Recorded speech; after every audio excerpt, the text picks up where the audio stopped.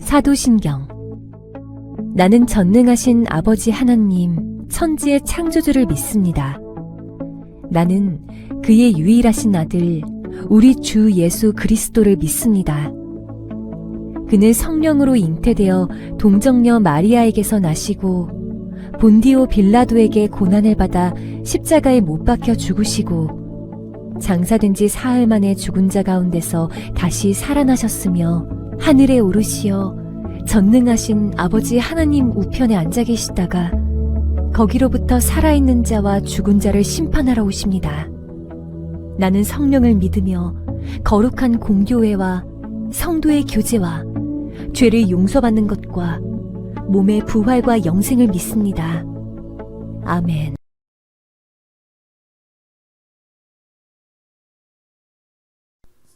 하나님, 오늘도 이렇게 저희들을 한자리에 불러 예배드리게 하심에 감사드립니다.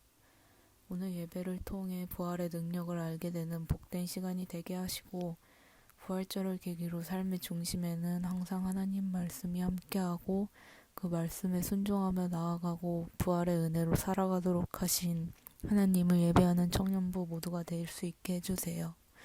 감사드리며 예수님의 이름으로 기도드립니다.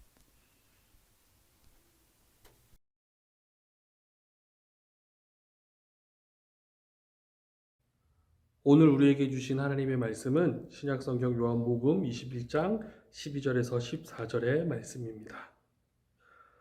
예수께서 이르시되 와서 조반을 먹으라 하시니 제자들이 주님이신 줄 아는 고로 당신이 누구냐 감히 묻는 자가 없더라. 예수께서 가셔서 떡을 가져다가 그들에게 주시고 생선도 그와 같이 하시니라. 이것은 예수께서 죽은 자 가운데서 살아나신 후에 세 번째로 제자들에게 나타나신 것이라. 아멘.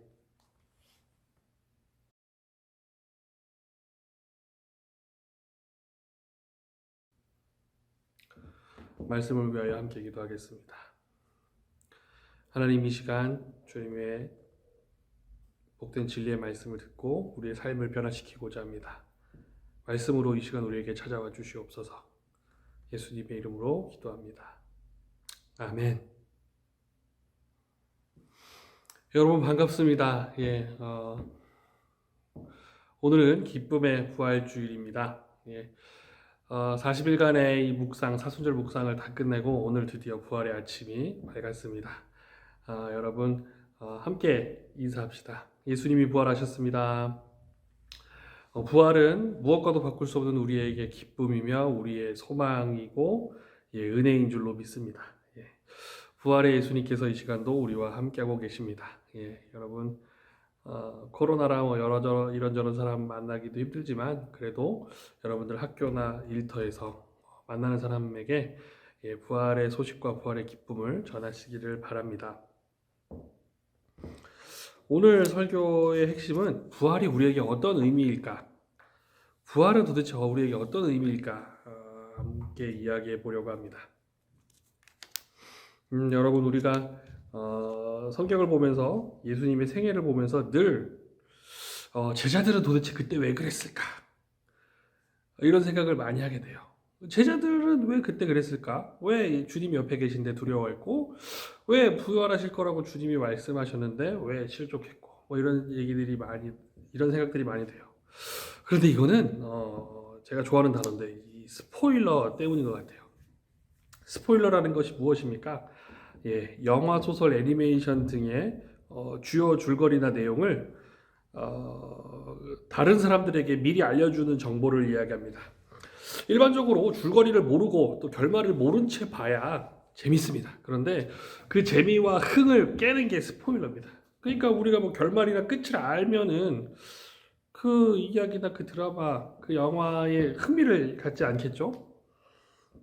몇몇 영화는 그 결말이 굉장히 중요합니다. 결말을 알면은 재미가 없어요. 제가 진짜 스포일러 때문에 굉장히 극대노를 한 적이 한 번 있었는데 몇 년 전이었죠. 곡성이라는 영화가 개봉했을 때 너무 재밌을 것 같은 거예요.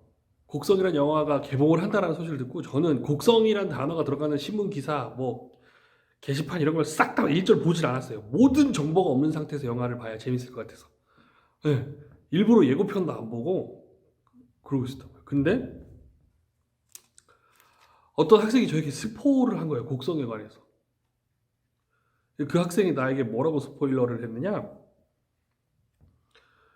서, 선생님 강부자가 귀신이에요 이러는 거예요. 그 말을 들은 순간 너무 화가 난 거예요. 너 왜 나한테 왜 그런 거냐? 그러고서 이제 어쩔 수 없이 극장에 가서 영화를 보는데 강부자가 귀신이라니까 뭐 그냥 뭐 온통 신경이 그게 쓰이는 거야. 강부자 씨는 언제 나오는 거지? 강부자 씨는 언제 나오는 거지?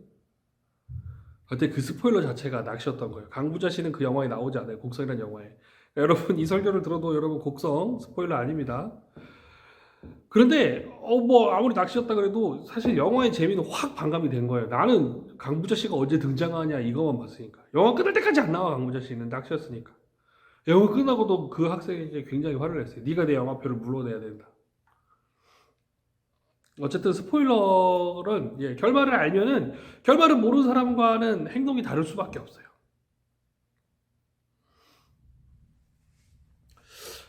우리가 말씀을 보면서 왜 예수님의 제자들은 저런 행동을 했을까를 분석해 보면 제자들은 모르는 사실을 우리는 알고 있으니까요. 예수님이 부활하셨다는 사실을 우리는 사실 별 감흥이 그렇게 크게 없어요. 뭐 다 아는 이야기니까. 그런데 한번 이 요한복음 21장에 나오는 제자들의 심정으로 한번 돌이켜 봅시다. 제자들은 어떤 심경으로 부활 뒤에 부활하신 예수님을 만났을까요? 고난주간 지난주 금요일 예수님이 죽으셨습니다. 예수님이 돌아가셨습니다. 예수님이 십자가에서 참혹한 죽음을 당하셨습니다. 그냥 그 당시 기득권이었던 종교 지도자들과 로마에 의해 그냥 잡혀 죽으셨어요. 우리는 이미 예수님이 부활하셨다는 확고한 사실을 알고 있었기 때문에 예수님의 죽음이 별로 당황스럽지 않습니다. 그래서 부활이 감격적이지도 않아요. 하지만 제자들은 달랐습니다. 예수님이 제자들에게는 내가 부활할 것이다 라는 말만 넌지시 몇 번 했을 뿐 실제적으로 부활하신 예수님에 대한 그런 부활의 실체가 없었기 때문에 예수님의 십자가 사건은 제자들에게 충격 그 자체였어요. 그냥 예수님이 죽으신 거예요. 그냥 죽으신 거예요. 그냥 멀쩡하게 몇 년을 따라다녔는데 인생 다 걸고 예수님 따라다녔는데 그냥 예수님이 죽으셨어요. 하루아침에 그냥 힘센 사람들에 의해서 그냥 잡혀 죽으셨다는 거예요. 예수님이 죽으셨습니다. 그 숨막히는 사실 앞에서 제자들은 너무나도 무력했어요. 예수님이 죽으셨어요. 아무것도 제자들은 할 수 있는 게 없었어요. 예수님이 죽으셨어요. 옷을 내던지며 열심히 도망칠 수밖에 없었어요. 예수님이 죽으신 뒤에는 나는 예수 따위는 알지 못한다 부인할 수밖에 없었습니다. 예수님이 죽으셨습니다. 자기 살 길을 찾아 뿔뿔이 흩어질 수밖에 없었습니다. 배도 버리고 그물도 버리고 가족도 버리고 열렬히 따랐던 그 예수님이 죽었습니다. 예수님을 따르며 꿈꾸었던 그들의 인생의 희망도 십자가에서 예수님이랑 같이 죽어버렸습니다. 예수님이 죽으셨을 때 이 결말을 모르는 제자들의 마음은 어땠습니까? 적당히 예수님을 따르다 안 되면 도망쳐야지 뭐 이런 느낌이었을까요? 그런 엉뚱한 빗나간 기대긴 하지만 예수님을 따라서 나도 한 자리 해야겠다라는 생각으로 집도 가족도 다 버리고 진심으로 예수님을 쫓았던 제자들입니다. 예수님이 죽었다라는 것은 단순히 내가 알던 지인 한 명이 죽었다라는 게 아니라 자신의 인생이 끝났다라는 얘기예요. 제자들 입장에서는. 그 절망적인 사실 앞에서 제자들이 할 수 있는 건 아무것도 없었어요. 좀 더 과장해서 말하면 본인의 사회적 죽음에 본인의 죽음과 다를 바가 없어요. 어쩌면 한편으로는 그들이 예수님의 죽음을 막지 못했다라는 죄책감에 쌓여 있을 수도 있습니다. 예수님과 함께 죽어버린 자신들의 운명에 대해 비통해했을 수도 있습니다. 그렇게 좌절과 절망 가운데서 제자들은 약속이나 한 듯 디베리아 호숫가에서 다시 만나게 됩니다. 도망칠 때 뿔뿔이 흩어졌는데 정신 차려보니까 대부분의 제자들이 어부 출신이잖아요. 그러니까 본인들이 고기 잡았던 그 호숫가 근처에 정신 차려보니까 다시 뭐 이렇게 옹기종기 모여 있는 거예요. 그들이 만났을 때 어떤 느낌이었을까요? 야, 너도? 이러면서 반가워했을까요? 그들이 각자 품고 온 슬픔과 공포와 좌절과 절망은 한데 모여서 거대한 침묵으로 재탄생했을 겁니다.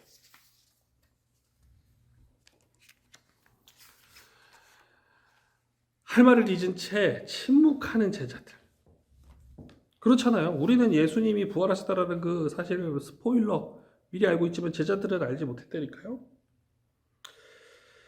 그 긴 침묵 가운데 베드로가 먼저 입을 열었습니다. 나는 고기를 다시 잡아야겠어. 이 말은 무슨 뜻일까요? 죽음에 대한 항복 선언입니다. 예수님도 죽음을 이기지 못하셨어. 예수님도 죽으셨어. 예수님을 따라 모든 걸 내팽개치고 따라 나섰지만 예수님은 이미 죽었어. 그러니까 난 다시 내 자리로 돌아가야겠어. 예수를 잠깐이나마 따랐던 건 다 한여름밤의 꿈 같은 거야. 이제 그 꿈을 깨고 현실로 돌아와야지. 난 고기를 잡아야겠어. 예수님의 죽음 앞에서 좌절하고 슬퍼하고 절망할 수밖에 없었던 제자들에게 그 제자들이 할 수 있는 일이라고는 예수님을 만나기 전 그 일상으로 다시 돌아가는 것밖에는 없었습니다. 죽음 앞에서 인간이 할 수 있는 일이라곤 슬픔과 절망과 침묵 말고는 아무것도 할 수 없습니다. 여러분 주변에 소중한 사람들을 떠나보내신 적이 있으신가요? 네, 죽음은 우리를 갈라놓습니다. 그리고 그 죽음 앞에서 우리는 아무것도 할 수 없습니다. 성경 속의 제자들은 다시금 일상으로 돌아가 물고기를 잡았습니다. 이상하게도 수십 년간 반복했던 일인데 물고기는 전혀 잡히질 않았고 그들이 늘 했던 일인데도 허둥댔습니다. 그런데 그때 누군가가 나와서 그들에게 지시를 합니다. 그리고 그 사람은 바로 예수님이었습니다. 부활하신 예수님이었습니다. 오늘 예수님께서 제자들에게 이런 말씀을 하십니다. 와서 조반을 먹어라. 이 말을 좀 더 쉽게 말하면 와서 밥부터 먹어라 라고 예수님께서 말씀하십니다. 배반한 제자들, 분명히 예고했음에도 불구하고 부활의 확신을 갖지 못했던 안타까운 연약한 제자들을 만나서 그들에게 처음 하신 말씀입니다. 와서 밥부터 먹어라.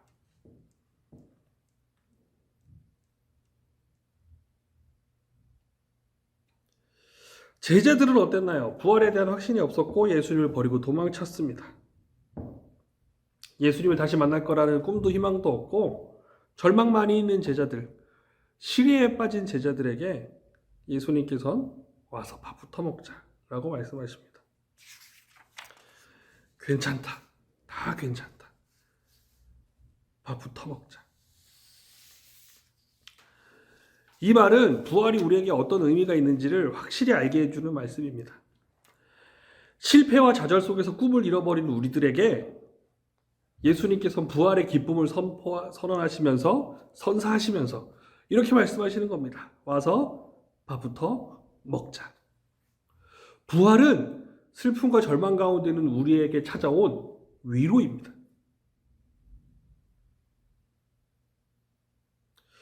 부활은 우리에게 위로를 줍니다. 그런데 세상은 우리에게 절망만 줍니다. 그러니까 부활의 메시지인 위로가 이 시간 우리에게 더욱더 귀한 것입니다.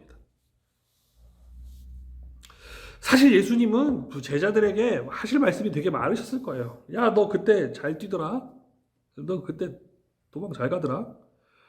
얘들아, 내가 몇 년 동안, 3년 동안 너희들을 그렇게 가르쳤는데 왜 그걸 몰랐니? 이런 질책의 말씀도 많으셨을 거예요. 그런데 그럼에도 불구하고 부활하신 예수님의 첫 마디는 위로였어요. 밥부터 먹자.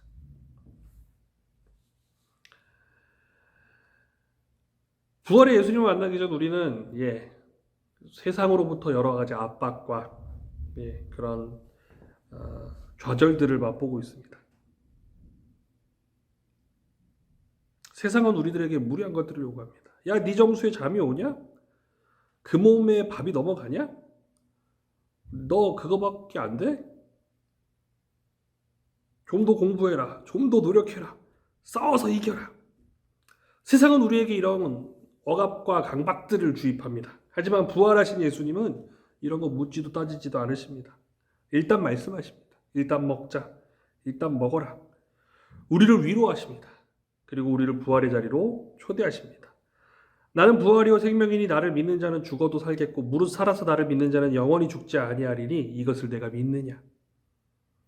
와서 먹고 나와 함께하자 초대하시는 부활의 예수님을 오늘 만나시기를 바랍니다. 어린 양의 잔치에 청함을 입은 자들은 복이 있다라고 계시록 19장 9절에 적혀 있습니다. 우리는 이 부활을 기념하는 날 부활의 기쁨을 잔치를 누립시다. 네. 이 부활의 아침, 부활의 의미를 다시금 기억합시다. 부활은 위로입니다. 위로. 세상은 우리를 위로하지 않습니다. 오히려 우리를 슬프게 하고 절망하게 합니다. 사랑하는 여러분, 이제 말씀을 정리하겠습니다. 부활이 없으면 우리는 여전히 죽음의 공포 앞에서 좌절을 맛보고 오늘 말씀의 제자들처럼 어쩔 줄 몰라하며 허둥지둥 갈피를 못 잡는 그런 방황하는 인생을 살 겁니다. 그런데 그때 부활의 예수님께서 찾아오셔서 우리에게 이렇게 말씀하십니다. 밥부터 먹자. 그리고 힘을 내라. 사랑하는 여러분, 이 부활의 기쁜 소식이 여러분들의 삶에 위로가 되시기를 바랍니다. 우리 예수님은 부활로 우리 삶에 위로를 주시는 분입니다. 부활은 우리에게 기쁨이고 우리의 삶에 활력을 주는 위로입니다. 기도하겠습니다. 하나님, 이 부활의 아침에 죽음 앞에서 어쩔 줄 몰라 했던 제자들의 모습을 떠올리며 죽음 앞에 아무것도 할 수 없는 우리의 모습을 발견하며 다시금 겸손해집니다. 하나님, 그럼에도 불구하고 부활의 첫 열매로서 우리에게 다시 찾아오셔서 우리를 위로하시고 우리에게 부활을 선물로 주신 예수님을 찬양합니다. 하나님, 예수님을 통하여 우리에게 주신 부활의 기쁨을 우리만 누리는 것이 아니라 이웃들에게도 전하는 귀한 사람들 되겠사오니 우리를 사용하여 주시옵소서. 예수님의 이름으로 기도합니다. 아멘.